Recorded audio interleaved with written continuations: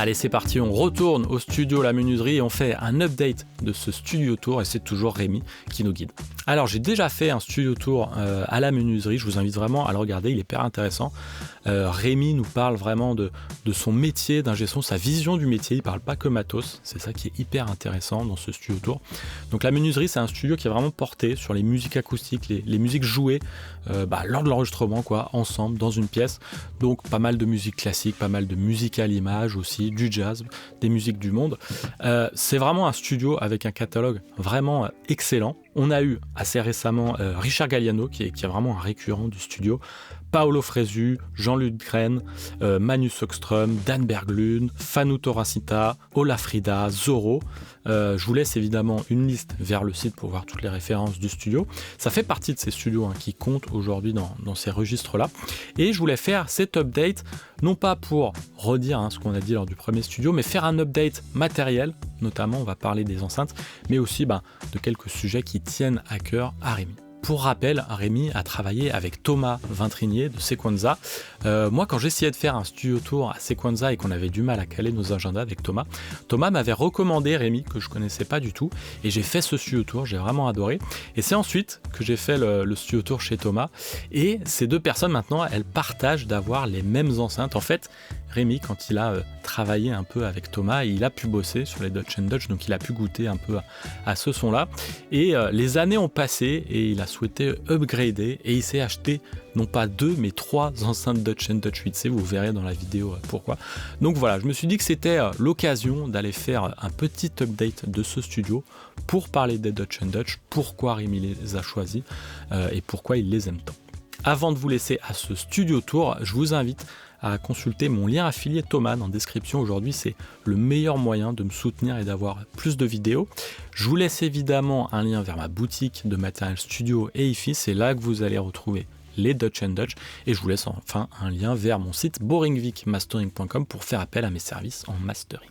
Sans plus attendre, je vous laisse donc à ce studio tour update de La Menuiserie. Donc Thomas, qui a été l'un des premiers possesseurs de Dutch & Dutch en France, en studio. Moi, je voulais faire un studio tour chez lui. Il était pas trop dispo et il m'a parlé de toi. Du coup, j'ai fait cette super découverte. Je suis allé faire le studio tour chez toi.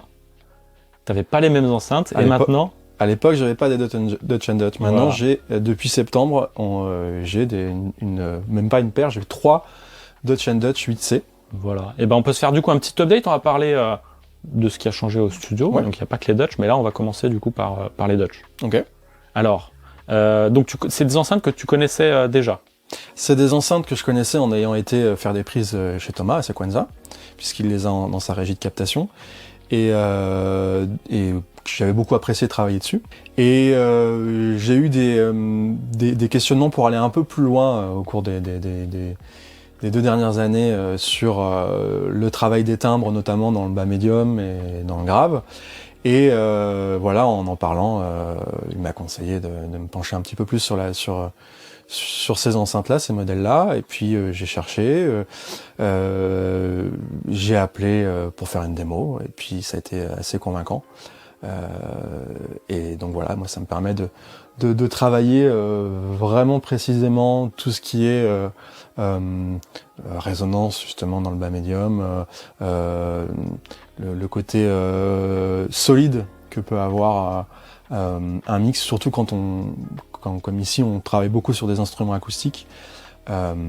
C'est quelque chose qui peut être très fragile, la notion de solidité de l'assise sur une contrebasse, sur une batterie, sur un piano, voilà. Et donc ça, c'est vraiment un super outil pour travailler finement ces zones-là de fréquence. Moi, j'ai l'impression qu'en musique, comme ça, un peu acoustique, jouer, il se passe quand même des choses assez complexes dans le bas médium, dans cette zone, quoi. Ouais. Et c'est vrai que Thomas, lui, il parlait beaucoup de ça, de cette zone du bas médium et tout. Il trouvait ça assez critique. Ouais. J'ai l'impression que les Dutch, quand même, à ce niveau-là, elles sont top. Et c'est peut-être le médium cardioïde, quoi, qui donne cette précision. Alors j'ai pas l'explication scientifique poussée. En effet, ouais, ça peut être le médium cardioïde, ça peut être l'interaction avec les fameuses boundaries là pour calibrer l'extrême bas.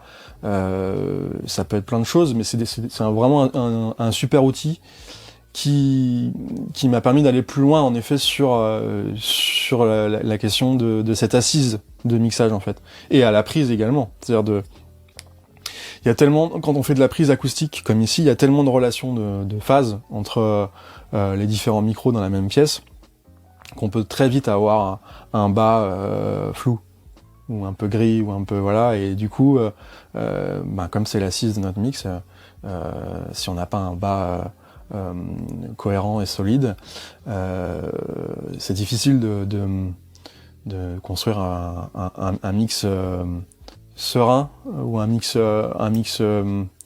équilibré sans ça. Voilà. Et là, voilà, c'est un très bon outil pour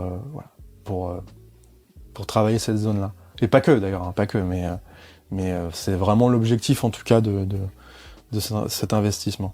Et après, j'imagine que je vais découvrir encore des nouvelles choses, parce que ça fait que depuis septembre qu'on les a. Donc ouais, c'est tout frais. Là. C'est tout frais. Bien que je les ai eu un petit peu en démo avant, mais il y a toujours une période d'apprentissage et faut que notre oreille s'y fasse aussi un petit peu, toujours. Voilà. Et là, elles sont dans une configuration particulière, puisqu'on en a 3 devant nous. Alors, pourquoi on en a 3 ? Pourquoi on en a 3 ? Parce que c'est plus joli. Non. Pourquoi on en a 3 ? Parce que au studio, on fait beaucoup de mixage de musique de film. Et donc, on travaille en configuration 5.1. Donc, pour travailler en configuration 5.1, on a devant ce qu'on appelle un LCR, donc gauche, centre, droite, cohérent, c'est-à-dire les mêmes enceintes, pour pouvoir effectuer un travail de monitoring qui soit cohérent sur toute la partie avant. Et à l'arrière, on a des surrounds qui, elles, n'ont pas spécialement besoin d'être Dutch and Dutch parce qu'elles sont normalement en cinéma décorrélées, c'est-à-dire avec un délai, avec un filtrage particulier. Et en plus, en salle de cinéma, elles sont les canaux arrière sont, il y a plusieurs enceintes pour arrière gauche, il y a plusieurs enceintes pour l'arrière droite. Donc on est dans une configuration tout à fait différente du devant. Voilà. Ouais, c'est vrai que souvent dans les 5 points, on va quand même passer beaucoup d'attention sur le LCR, quoi. On va vraiment faire que ça matche. Ouais. Et donc voilà pourquoi tu as pris une 3e Dutch and Dutch. Exactement. Bah oui, parce qu'en fait, vu la façon dont est appréhendé le monitoring par les bits C, c'est-à-dire le côté cardioïde et ce qu'ils appellent les boundaries, c'est-à-dire le mur arrière et le mur des côtés, en fait, font que c'est assez compliqué d'y mélanger une 3e enceinte centrale qui aurait pas le même principe de fonctionnement. Voilà. À partir du moment où on opère des panoramiques qui sont réparties sur les 3 enceintes de devant, il faut qu'elles puissent réagir pareil pour qu'on puisse faire un travail qui ait du sens. Et du coup, donc, dans les 8C, tu as pas mal de réglages à faire, ou à ne pas faire, mais on a cette possibilité-là. Ouais. Qu'est-ce que tu as fait, toi ? Tu as touché à quoi dans les 8C ? Alors, dans les 8C, donc pour rappel, et si tu m'arrêtes, parce que tu es le spécialiste... J'hésiterai pas. Donc, dans les 8C, tu as plusieurs possibilités de réglage. La première possibilité, c'est l'adéquation avec la géométrie de ta pièce. C'est-à-dire, tu peux régler la distance au mur du fond, la distance au mur des côtés, afin de permettre à leur DSP d'avoir le meilleur rendement de basse possible. Si c'est bien ça. C'est ça. Alors, sur les murs latéraux, c'est du gain dans le bas. Ouais. Sur le mur frontal, c'est du gain dans le bas, mais aussi un délai sur la face avant pour s'aligner un peu plus avec le rebond. D'accord, donc avec le fameux rebond arrière qui devrait revenir avec de l'aligner un peu plus, quoi. Évidemment, c'est un mélange du son direct et du rebond, mais en tout cas, il y a quand même une moyenne, quoi, de délai, et on aligne un peu plus avec l'avant. Alors, Après, peut-être que... Donc, je crois que c'est j'ai non, fait valider tout par à fait, parce qu'en Martine. fait, l'un des soucis qu'on peut avoir quand on monitore dans la vraie vie, enfin dans la vraie vie, je veux dire, avec des enceintes qui n'ont pas ces fonctionnalités-là, c'est que le grave étant omnidirectionnel, il va rebondir un peu partout, dont derrière, et revenir avec un certain délai, se mélanger avec le son direct, et donc causer des annulations de phase tout au long du trajet du signal, et du coup avoir des problèmes à l'écoute, d'entendre des creux et des bosses qui ne sont pas présents dans le signal envoyé. Donc concrètement, tu as sorti ton petit décamètre. Alors, comment tu fais ici quand il y a du traitement au mur? Parce que dans l'application, on doit dire c'est à 60 cm du mur gauche, 60 du mur avant, etc. Ouais. Mais toi, tu as de l'absorption devant, c'est un mur absorbant. Ah, moi, c'est absorbant et diffusant devant. Et en fait, pour moi, la réflexion, c'est que si ça se passe dans le grave, il faut qu'on aille trouver la partie dure, solide du mur, exact, pour que ça puisse avoir un rebond. Sinon, c'est absorbé. Donc, il fallait mesurer où est notre parpaing. Ici. Et en plus, là, on est semi-enterré, donc c'est parpaing plus terre. Donc, je peux t'assurer que la londe, elle revient. Il n'y a pas de problème. Donc ben voilà, j'ai ressorti les plans du studio, de savoir à combien on avait, combien de vide, combien de laine, combien d'épaisseur de placo, puis après combien d'épaisseur de traitement acoustique, de lattage, et puis après de distance d'air, parce qu'en fait, on peut pas les coller au mur vu qu'il y a les connectiques derrière. Voilà, pour arriver à la bonne, et il faut un petit peu jouer autour, c'est-à-dire on fait plus 1 cm, plus 2 cm, moins 1 cm. C'est à l'oreille aussi un peu que ça se joue, c'est-à-dire que c'est pas uniquement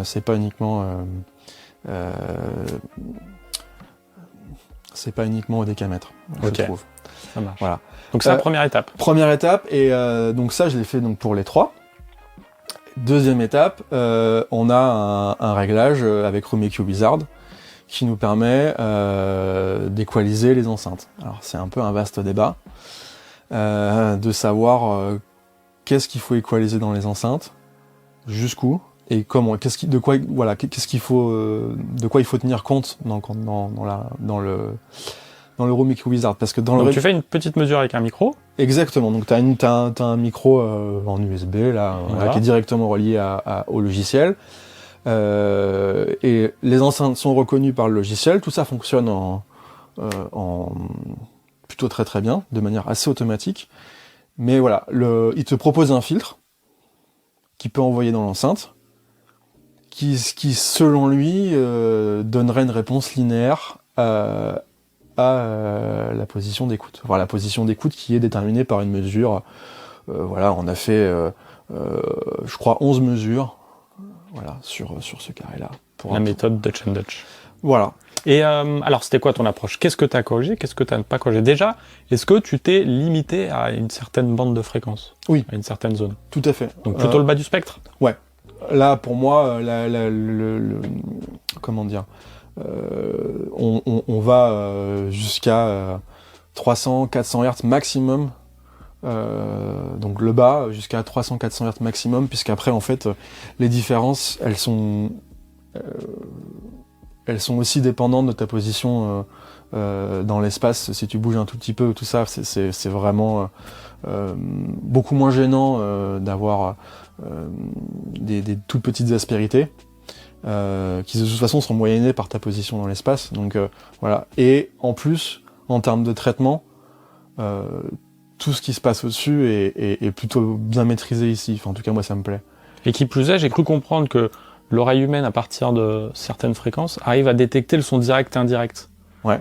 Donc, dans le médium aigu, on aura beau avoir une réflexion sur un mur, en fait, si on enlève ce pic, en fait, on va le perdre parce qu'on entend le son direct. Et on arrive à le distinguer d'une réflexion. Donc, il y a cette théorie-là qui veut que quand on bidouille Room EQ Wizard, en tout cas sur les Dutch, on évite le médium aigu. Mais ça, c'est la réflexion que tu me dis, je pense qu'elle est aussi valable dans une certaine mesure dans le bas. C'est-à-dire que en fait, donc l'idée c'est...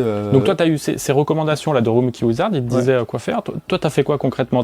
T'as bidouillé à l'oreille après? Eh ben en fait le truc c'est que donc il te propose de couper des choses pour enlever des résonances qui sont dues aux dimensions de la pièce, au fait que le traitement à certaines fréquences, si on veut faire un traitement acoustique, la pièce est déjà très très bien traitée, mais si on veut optimiser, il faudrait rajouter des mètres cubes et des mètres cubes de laine de verre, ce qui est pas possible. Donc il permet d'optimiser ces choses-là en coupant des fréquences qui vont exciter la pièce. Voilà.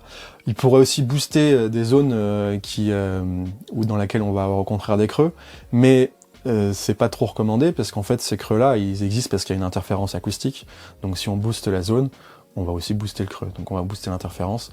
Ça sert pas à grand chose pour moi de faire fonctionner le haut-parleur plus fort, quoi. Plus fort, et donc du coup de ne pas être spécifiquement voilà. Donc je me suis plutôt concentré sur les bosses à calmer. Et au début j'ai tout traité en me disant voilà, on va avoir la réponse la plus plate possible, et puis c'était pas hyper convaincant. Ça sonnait un peu plat et ça sonnait un peu creux. Et du coup voilà, mon ami Thomas que tu connais et qui lui connaît bien les Dutch est venu à écouter, et voilà, il a eu cette réflexion et qu'on a appliqué ici, c'est-à-dire qu'en fait quand on équalise comme ça une bosse acoustique, de surpression dans une pièce, on peut essayer de calmer la fréquence qui va exciter cette zone-là. Mais si on la coupe trop, en fait, on va quand même avoir la résonance, mais beaucoup moins de son direct. Donc tu as fait des courbes de correction moins fortes que ce que... En fait, au même point, avec les mêmes coefficients, les mêmes Q, mais d'un gain moindre que ce qu'il me proposait. Voilà. Okay. Et à l'oreille, après, ça sur des tracks que je connaissais bien, on a écouté ensemble, voilà, pour essayer de garder une balance entre le son direct et la réponse de la pièce. Voilà. En fait, il y a déjà beaucoup de choses qui sont corrigées avec les 8C de par leur directivité, de par la façon dont elles réagissent de base dans la pièce, et ça, c'est vraiment du peaufinage. Je trouve la partie EQ dans le bas, mais à utiliser vraiment avec modération, parce qu'en fait, on peut vite se retrouver avec des trous un petit peu trop prononcés, quoi. C'est-à-dire que ce qui se passe dans la pièce à cet endroit-là, ça correspond pas exactement à l'expérience, en tout cas auditive, de l'impact, en tout cas de ce qu'on doit ressentir dans le grave. Effectivement. Moi, d'expérience, c'est un peu ce que j'ai remarqué. Ouais, ce que me recommande Wikivizard, j'aime bien les endroits qu'ils me recommandent, mais ça, c'est juste, j'ai tendance à baisser quoi, le gain recommandé, quoi. Ouais. Ok. Autre chose à dire sur les Dutch? On n'a pas parlé de l'aigu. Est-ce que l'aigu... Alors, on n'a pas parlé de l'aigu parce que j'ai pas grand-chose à en dire. En fait, il est transparent pour moi. Ce que j'entends là dans l'aigu, j'ai aucune fatigue auditive, j'ai pas de... En fait, il y a aussi un truc qui est très très agréable avec les Dutch, c'est qu'on peut travailler vraiment à bas niveau. Ah, Alex Goffer, il a acheté les Dutch pour ça. Alex Goffer, c'est simple. On peut travailler vraiment à bas niveau en ayant toute la courbe, et c'est vraiment agréable parce que quand on travaille sur des journées de mix, ça peut être 8 heures d'affilée, enfin avec une pause, mais avec des pauses, mais quand même 8 heures dans la journée. Et ça permet d'avoir une acuité auditive plus constante, plus longue, se préserver, et surtout prendre des décisions de mix qui sont, je trouve, peut-être, en tout cas moi, qui m'aident à être en adéquation avec ce que va être l'écoute plus tard. C'est-à-dire que ce que je mixe, les cas où on va l'écouter très très fort chez soi, sont plutôt rares par rapport au cas où on l'écoutait dans des conditions de niveau modéré. Donc mixer dans ces niveaux-là, en tout cas avoir des passes de mix dans ces niveaux-là, pas que bien évidemment, mais ça permet aussi je trouve d'entendre ce qui peut se passer, les équilibres, les modifications d'équilibre à ce niveau d'écoute. Que dire de plus sur ces enceintes? Le fait qu'elles descendent bas, elles descendent aussi très bas. Donc là, il n'y a pas de sub. Hein. Il y a un sub que j'utilise en configuration 5 points pour avoir un canal de grave dédié, mais uniquement dans ce cas de figure-là. En écoute stéréo. Côté en stéréo, pas de sub. Pas de sub, non, pas de sub. Non, elles descendent suffisamment bas. J'ai absolument aucun problème pour écouter l'extrême grave juste avec ces enceintes. Voilà. Okay. Elles sont alimentées en AES. Voilà. Et on a dû faire une petite modification avec les gens de Dutch & Dutch pour pouvoir faire fonctionner cette enceinte centrale, parce que la particularité du soft qui commande les Dutch & Dutch, dans lequel il y a tous les réglages, c'est qu'elle fonctionne par paire. Et que quand on en a qu'une, le logiciel il n'aime pas. Mais ils ont réagi tout de suite et ils ont fait la modification en direct.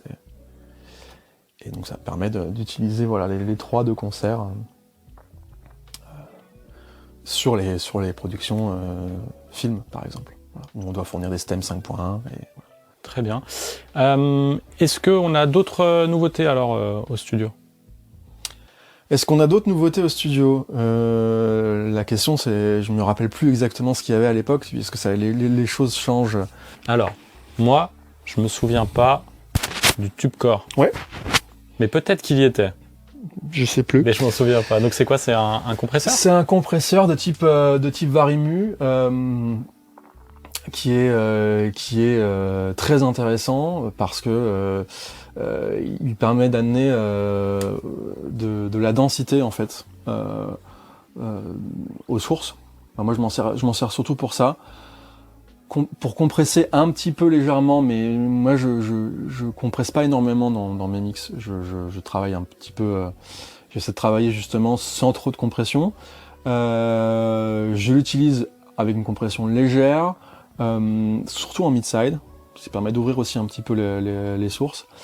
Et alors en plus il a une particularité, c'est que j'ai pas les tubes d'origine, j'ai changé les tubes pour d'autres tubes qui sont plus proches de ce qu'il y a dans les Fairchild notamment, et qui permettent d'avoir une couleur, une patine en fait, qui est que je trouve très plaisante sur certaines sources, pas sur tout, hein, voilà. Et qui me permettent de rajouter une certaine densité de timbre dans les mix. Voilà. Ok. Et, on parlait tout à l'heure de cette histoire d'assise, de travail d'assise dans le bas. C'est un peu le prolongement de cette idée, c'est-à-dire de chercher à avoir, tout en conservant la nature de timbre des instruments, la nature de leurs équilibres, tout en respectant toute cette balance, tous ces équilibres subtils qui ont pu se passer à la prise, qu'on a pu affiner au mix. Ça, en fait, ça me permet de venir enrober un petit peu ces choses-là, c'est-à-dire de leur donner encore un peu plus de liant, d'aller un peu plus loin. Tu l'utilises sur le Mixbus ou ça peut m'arriver très rarement, parce que j'ai pas envie d'avoir tout qui passe dedans, c'est-à-dire que j'ai envie que ça puisse réagir. Généralement, je fais soit sur un instrument, soit sur un groupe d'instruments où j'ai envie d'avoir cette couleur. Voilà. Ça peut arriver sur un Mixbus, mais comme tout appareil, ils ont leur qualité et puis leur limitation sur certaines choses, c'est-à-dire que ça va peut-être me faire un petit peu trop sur telle ou telle source, et du coup voilà, je préfère l'utiliser, mais encore une fois ça dépend vraiment de ce que j'ai envie de faire, c'est-à-dire que c'est un outil, si j'ai besoin d'avoir cette couleur là, je veux le mettre là où j'en ai besoin, et voilà. Mais c'est rare sur le Mixbus Total. Ok, alors une autre machine moi, qui m'intéresse là, et que j'ai pas vu la dernière fois, le bleu. Ouais, Locomotive Audio. Locomotive Audio. Ouais. C'est quoi, c'est des préamps ? C'est une paire de préamps à tube. Voilà, il y a 2 lampes par canal dedans, qui peuvent servir à la fois en préamp micro ou en préampli ligne, pour donner aussi une histoire de couleur. C'est-à-dire que c'est un peu la même démarche. En tant que préampli micro, ça me sert de préampli micro sur des sources où j'ai besoin Alors, je vais pas employer forcément le terme réchauffé, parce qu'en fait, je trouve que son action, paradoxalement, ou pas paradoxalement, mais de lampe, elle s'effectue surtout je l'entends surtout dans le haut du spectre, qui est plus satiné, plus présent, sans être forcément plus brillant, mais qui a une jolie couleur dans le haut du spectre, voilà. Donc en association avec certains micros qui vont être parfois un petit peu blancs là, à cet endroit-là, ben ça peut donner un petit peu de caractère. Mais et puis dans la même idée, je peux l'utiliser en tant que saturateur en fait, en niveau ligne, pour pouvoir amener un petit peu de couleur légère sur certaines sources qui en auraient éventuellement besoin. Okay. Encore une fois, au compte-gouttes. C'est-à-dire que tout comme je passe pas tout dans la Nive, tout comme je passe pas tout là-dedans, en fait, c'est en fonction des besoins et en fonction de ce qu'on a envie d'entendre. Et des projets cool un peu qui sont sortis de la menuiserie récemment ? Alors tout plein, mais après pour en sortir un en particulier, c'est toujours un peu délicat. Là, on est en train, par exemple, de finir le mixage d'un projet qui s'appelle Mare Nostrum 4 avec Richard Galliano, Paolo Freso et Yann Lundgren, qui a été enregistré ici au studio le mois dernier et qu'on est en train de finir de mixer. Donc projet jazz. En projet jazz qu'on a mixé au studio, il y a eu un album de 30 ans de EST, qui a été donc pas enregistré ici mais mixé ici. Pas mal de musique de film. On a fait l'enregistrement d'une partie de la musique de Zorro qui est sortie et qui va ressortir sur France 2 à Noël. Des longs métrages, des séries. Pas mal de choses différentes, des vidéos, musique acoustique. Et j'en oublie, je suis désolé pour ceux que j'ai oublié. Et à chaque fois, quand on est dans un projet, on est à fond dans ce projet-là. Et c'est marrant parce que notamment les disques ou les films, ils sortent souvent 6 mois, 1 an, voire même plus, après qu'ils soient passés ici, après qu'on ait travaillé ici dessus. Et du coup, au moment où il sort, on est complètement en décalage parce que pour nous, c'est des choses qui se sont passées il y a déjà un petit moment. Et donc voilà, donc c'est très intense sur des périodes à chaque fois, 1 semaine, 2 semaines. Mais on est très content en tout cas de l'activité au studio, ouais, ça se passe bien. Trop bien. Et merci en tout cas pour ce second tour, Rémi. Avec plaisir. On n'a pas tout vu parce que je saurais pas par quoi commencer, mais puis je saurais pas. On réserve ça au 3e studio tour alors. Ouais, au 3e studio tour quand j'aurai l'automation de la console, la Nive, qui normalement arrive aujourd'hui. Trop bien. À la prochaine alors, Rémi. À la prochaine.